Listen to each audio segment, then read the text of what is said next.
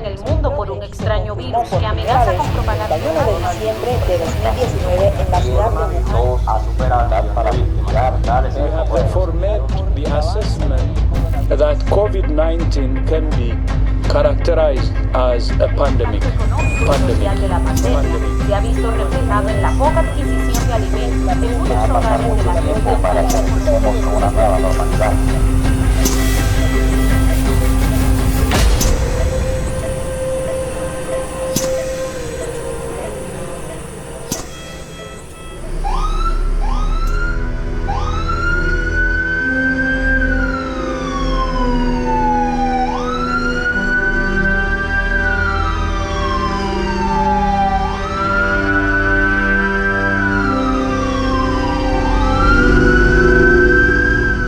Hay dos clases de exposiciones a las que se enfrentan los trabajadores de la salud en el acontecer de la pandemia por coronavirus.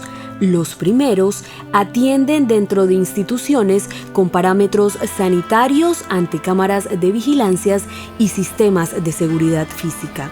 Los segundos se arriesgan al peligro de las calles, corriendo tras las emergencias de quienes no alcanzan a llegar hasta los hospitales y necesitan auxilio inmediato. Todo el que se dedica al sector salud debe ser consciente de los riesgos que trae consigo su profesión, pero los que transitan las calles, recogen desahuciados y prestan consuelo dentro de un carro de ambulancia solo saben una cosa: no hay certeza de qué se encontrarán en el camino.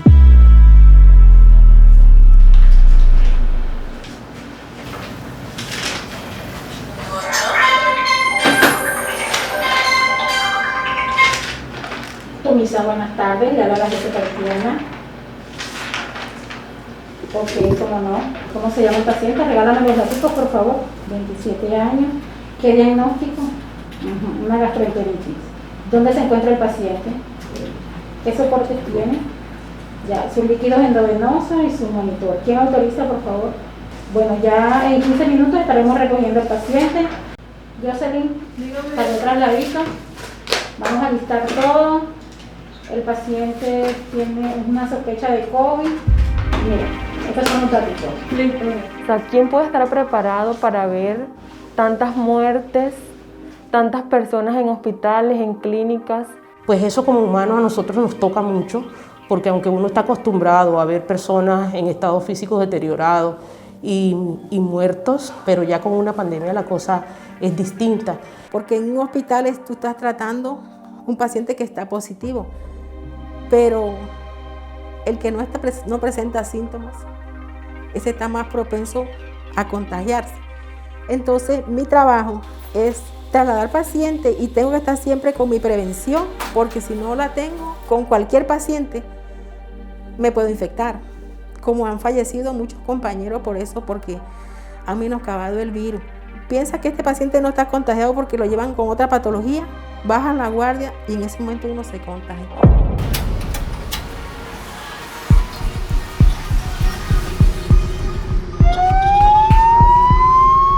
Era inevitable sentir temor, además como un sentimiento humano que es, pero bueno, se sobreponía por encima del temor ese sentimiento también de nosotros como médicos prestar una labor, un servicio social hacia la población y además cumplir con nuestro objetivo, que es salvar vidas y curar las enfermedades. Cuando entró lo de la pandemia, lo tenía más o menos alrededor de 20 traslados al mes y eso quedamos en 2 o 3 traslados mensuales. Al cabo de 4 meses de estar en esa situación, me tocó cambiar porque ya la producción no era suficiente. Entonces me vine ahora acá a Sincelejo desde el mes de agosto y estoy en la situación esta de consultas ofertadas a domicilio. Buenas, afiliados con Cosufre. En medio de todo esto es riesgoso exponernos a una carretera, en medio de la lluvia, en medio de la multitud. Estamos totalmente expuestos en cualquier momento.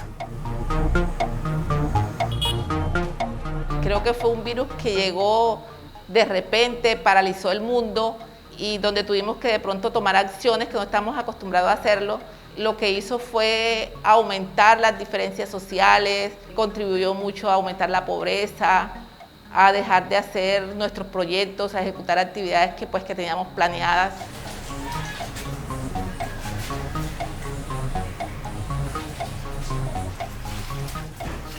Eso te lo digo como guayú, que era un tema donde decían, no, en la clínica, apenas llega a la clínica se va a morir porque lo van a entubar.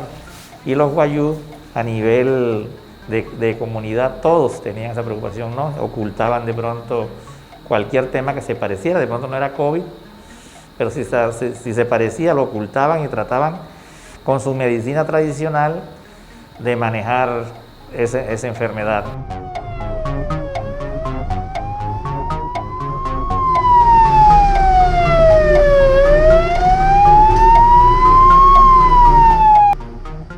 No te puedo decir que no tengo miedo.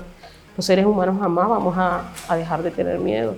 Pero pienso que el miedo se combate, o más bien uno fluye con el miedo cuando estás en la situación, cuando estás en los zapatos de esa persona. Es cuando tú realmente te vienes a dar cuenta todo lo que pasa en las personas, todo lo que pasa en los pacientes. Es cuando tú puedes decir, esta persona de verdad, mira, se sintió así. O cuando tú en carne propia lo estás experimentando. Y no puedo decir no tengo miedo, porque hasta un familiar muerto por COVID tengo. Entonces no puedo decir no tengo miedo, ni voy a dejar de tener miedo. Realmente el miedo lo que nos viene a mostrar es lo que en las falencias que tenemos en algunas cosas. El departamento de La Guajira tiene unas complejidades que atosigan, heredadas de las malas administraciones gubernamentales y los pésimos servicios públicos que sumen a la población civil en un entorno de vacilación.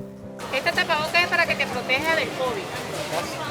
Si a esto se le suma el factor de la pandemia, como resultado da un cultivo perfecto para provocar desasosiego y fatalismo. A este irrisorio entorno son enviados profesionales como Luis Barrios, Yasmiri, Luis Burgos y Carlos. El deber los llama. Y su deber tiene que cumplirse por el bien de todos.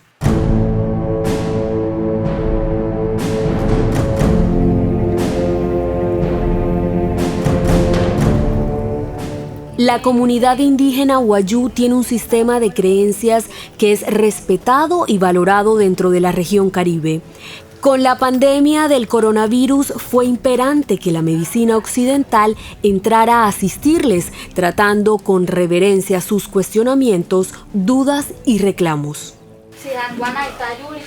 Las pruebas de detección para COVID-19 solo son aplicadas si los líderes lo consienten, lo cual complejiza aún más el trabajo de Luis Barros, Luis Rodríguez y Yasmiri Jaramendi.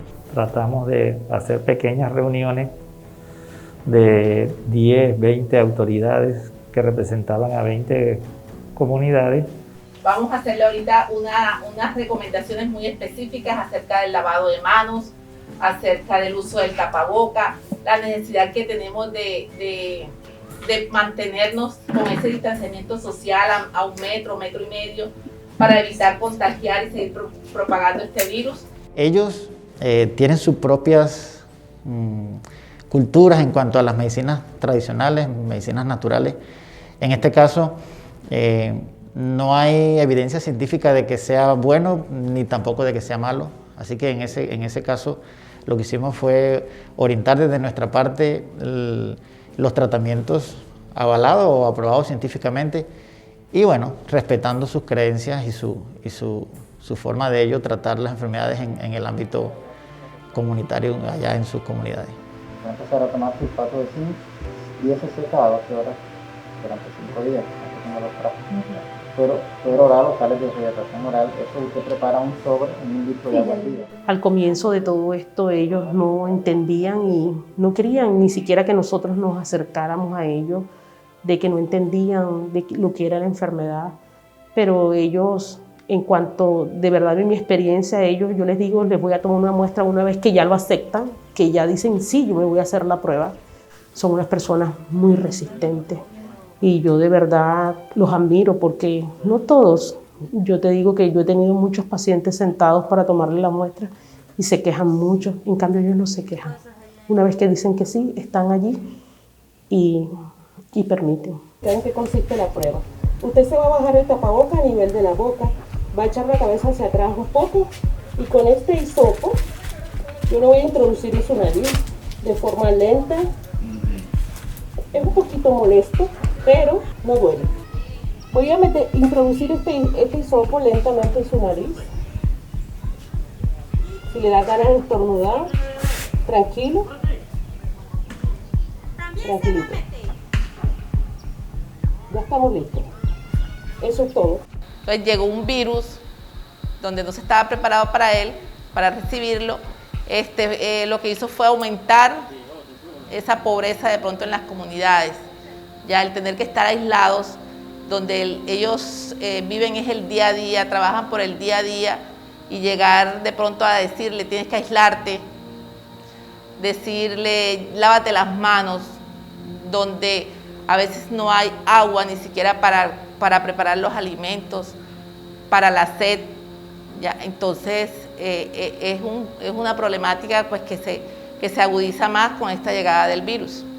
Y en el caso específico de Riohacha, los primeros pacientes que yo llevé de COVID, muchos de ellos fallecieron en Barranquilla, los cremaron y por usos y costumbres de la cultura guayú, ellos hacen un ceremonial muy apegados a sus tradiciones, y entonces al no poderse siquiera mirar al fallecido, sino que se lo cremaban en Barranquilla, esa es una razón que decía. Entonces, bueno, hay que ir a Barranquilla. No, mi paciente no va para Barranquilla porque me lo devuelven cremado. Entonces esto hizo también que muchas solicitudes de traslado fueran negadas por los familiares por el temor a que los cremaran. Eso nos genera a nosotros más gastos porque tendríamos que ir muchas veces más a las comunidades, tendríamos que necesitar más recursos humanos para poder manejar los tiempos y ese distanciamiento pues, que se requiere para las atenciones. Entonces esa de pronto es la gran diferencia que yo veo desde la atención antes y la que se está brindando ahora. Bueno, a nivel profesional aquí dentro de la institución no tuvimos como 5 personas contagiadas con COVID. La que se nos complicó un poquito más estuvo en cuidados intermedios. Gracias a Dios salió, pero no tuvimos ninguna pérdida a nivel de pronto de profesionales de la salud. Como usuarios se nos murió un paciente de todos los que salieron positivos.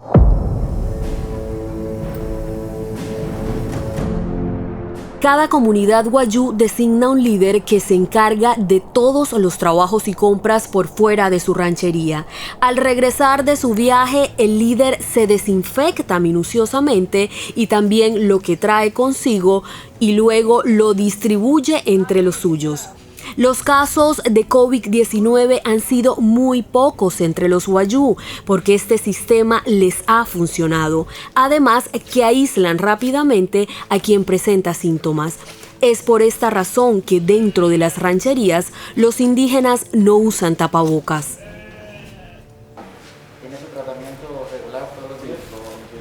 Pero no tener contagiados guayús no significa que no los habrá. Si algo hay cierto con la pandemia es que cualquier descuido puede ser inicio de una invasión por esta peste. Bajar la guardia es casi que un suicidio.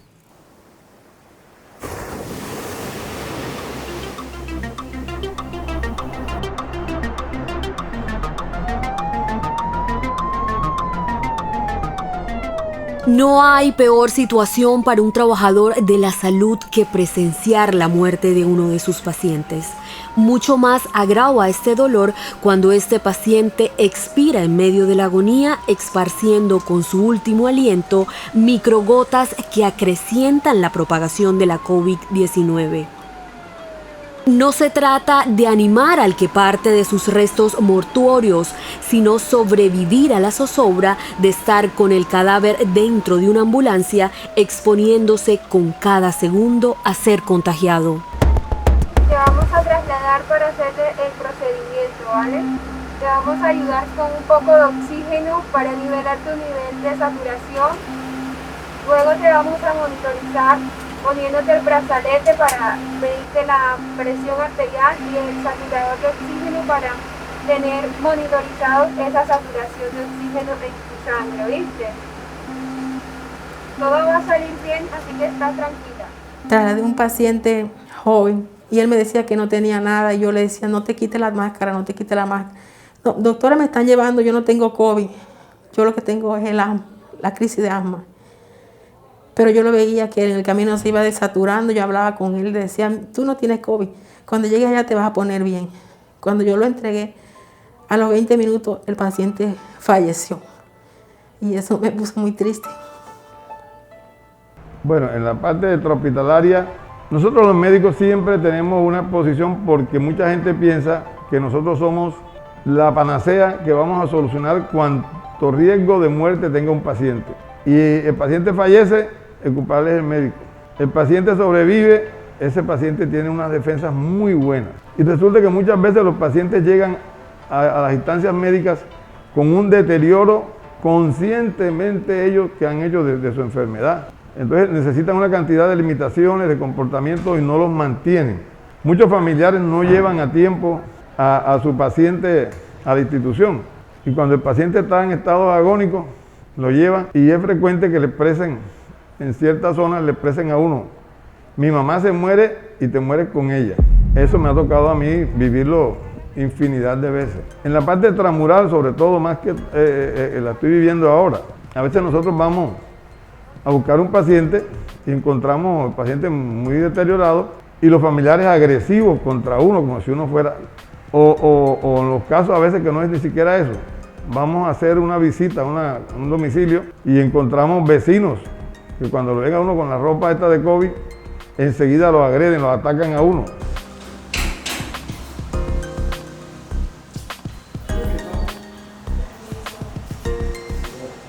¿Cómo se ha sentido usted en el día de hoy? Hoy me he sentido un poco con dolores en el cuerpo y dolor de cabeza. Okay. ¿Desde cuándo presenta usted esto? Pues desde ayer. ¿Dentro de su casa o los vecinos o su sitio de trabajo ha tenido contacto usted con pacientes que hayan sufrido de COVID? Pues hasta el momento no. Yo consideraba que es de mayor riesgo cuando se hacen los traslados en la ambulancia, porque este es un habitáculo pequeño en el cual la distancia con el paciente está muy corta. Aunque ellos se meten en una cápsula, de todas maneras él está respirando el mismo aire que respiras tú. Y en cualquier momento el paciente tose o hace un acceso de tos y tú lo tienes allí a tu lado tosiendo. O bueno, tú pasaste tu traslado, ya se terminó el traslado, te bajaste y en la noche en tu casa te da de pronto un escalofrío, o te sientes fiebre, o te sientes ardor en la garganta y enseguida vas a pensar tú, vea, hoy me dio, hoy me cogió. Bueno, la situación cuando me contagié fue impactante, por lo que uno siente de que la gente lo va a indiscriminar peor. Entonces, pues, cuando se contagiaron mis dos hijos, mi esposo, mi hermano, entonces, pues, sí fue bastante duro, porque al verlos de la manera, presentando todos los síntomas, la fiebre, gracias a Dios, la única que tuvo dificultad fui yo para respirar, pero fueron leves, no fueron dificultades respiratorias como tal que me llevaron a una UCI, no. Bueno, las ambulancias, después de entregar el paciente a la diferente clínica, le realizamos una asepsia general. Tenemos que desinfectar todo, porque igual, como te digo, no sabemos qué paciente pueda tener el virus o quién no. Imagínate nosotros ayudar en momentos de pandemia. Los países latinoamericanos deberíamos agarrarnos de las manos para acobijar a los médicos que estén en otro país y para que trabajen. Yo he visto, mire amigo, aquí médicos trabajando, vendiendo dulces en Barranquilla, donde ese médico podía estar dando un aporte al Ministerio de Salud. ¿Qué es eso? Ese desperdicio de profesionales especialistas. Sabemos que muchas personas sufren de depresión, que no pueden estar encerradas. ¿Qué es peor? ¿Que estés encerrado en el cuarto de tu casa, de tu habitación, o que estés encerrado en un cuarto de un hospital, de una clínica, de un centro asistencial, o que algún familiar tuyo puede estarlo, porque si no nos cuidamos, esto no va a parar, va a aumentar y aumentar y aumentar. Bueno, ya la cuestión de quédate en casa ya es imposible ahorita mismo porque mucha gente no lo está tomando así, sino que ya quieren salir, quieren rumbear, quieren hacer cumpleaños. Entonces, en ese sentido, pues, si lo vamos a hacer, hagámoslo con un poquito más de precaución. Bueno, lo más difícil ha sido adaptarse a esta realidad inmerso en la atención a estas poblaciones. Ha sido lo más difícil en cuanto a la forma de comunicarnos, a la forma de que nos entiendan, pero rescatar también de que, bueno, esta enfermedad o esta pandemia nos recalcó una vez más de que aún con todas nuestras diferencias igual pertenecemos al mismo globo y que somos seres humanos iguales y que desde la diversidad de pensamiento, la diversidad cultural, nos podemos entender y llegar a un punto común donde podamos tomar acciones en conjunto para beneficiarnos todos. Contener el virus promulgando leyes y decretos es para intelectuales. Preparar una ciudad para afrontar los retos del coronavirus con estrategias y acciones es para visionarios. Atender a los contagiados con la conciencia de exponer la propia integridad en las calles y vías de la región solo está reservado para los verdaderos altruistas.